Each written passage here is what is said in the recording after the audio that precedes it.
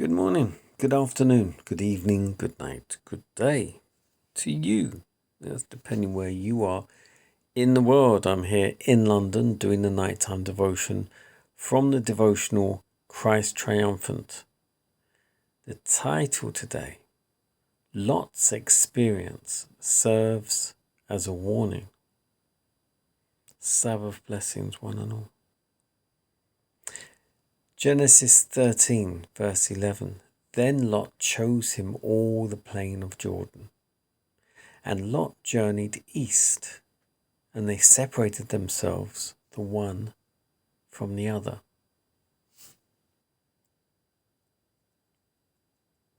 We see the marked traits in Abraham's character when the strife commenced between the herdsmen, and Abraham said, "Let there be no strife, I pray thee, between me and thee. Separate thyself, I pray thee, from me. If thou wilt take the left hand, then I will go to the right, or if thou wilt depart to the right hand, then I will go to the left." Lot saw that the country near Sodom was most favourable for his worldly and temporal prosperity, and he chose that location. If Lot had manifested the same courtesy that Abraham had, he would have given him the choice. But Abraham did not take the position that he was superior to everyone around him. He took a humble position. It was the right of Abraham to make his choice and to be first. But he chose to be courteous in this matter. Lot, instead of inquiring whether this would be the most favourable for his morality and godliness, thought only of his worldly prosperity. But a time came when Lot was placed in a most trying position because of the wickedness of the inhabitants of Sodom. When Lot and his family were taken by those who came in to conquer Sodom and Gomorrah, Abraham went to deliver him from his captors. When the king of Sodom would have Abraham take some gifts of the spoils, he there again showed the true nobility of his character. He said he would not take so much as a thread or a shoe tie, lest they should say, "I have made Abraham rich." God had given to Abraham the promise that he should have great riches, and he would not have anyone say that the wicked had given him the treasures he possessed. We see that every step with Abraham was one of faith. We read in Genesis 18 of visitors coming to Abraham as he was sitting in the door of his tent. These were angels of God, and one of them was no less than the Son of God. When these guests came up to his tent, they were strangers, but he observed the rules of true courtesy toward them.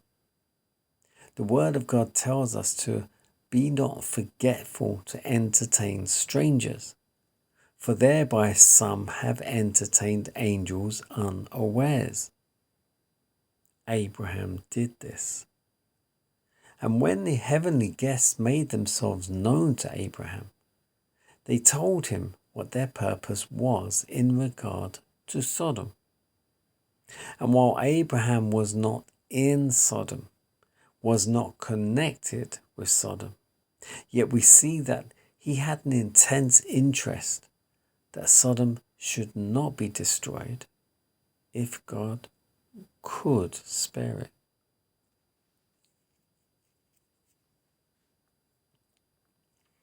So the title, Lot's Experience, serves as a warning.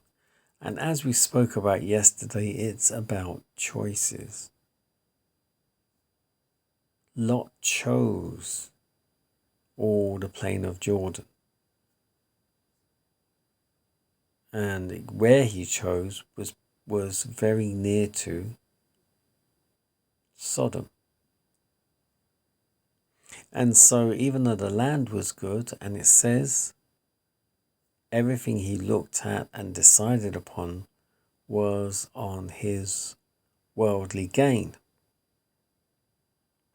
and he wasn't looking in a better context of, would it be a spiritual, godly gain? Because Sodom, because he was so close to Sodom, the influence of the people were not good on him and his family.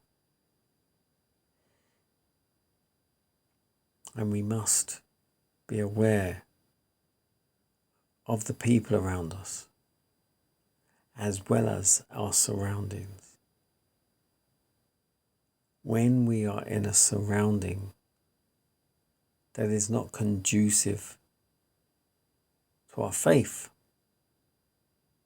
our spiritual welfare, it's gonna have negative influence.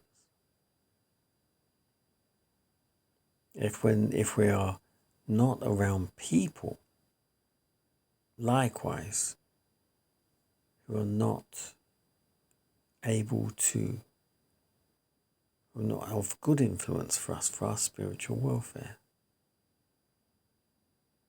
it's not going to be a good influence. You cannot expect to be around negative people and not become negative. The Bible does say, by beholding, we become changed. What we're seeing, what we're hearing, what we are around is going to impact upon us, whether you like it or not.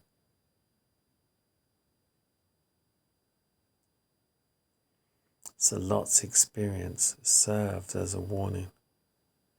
Choose wisely where you're going to lay your bed.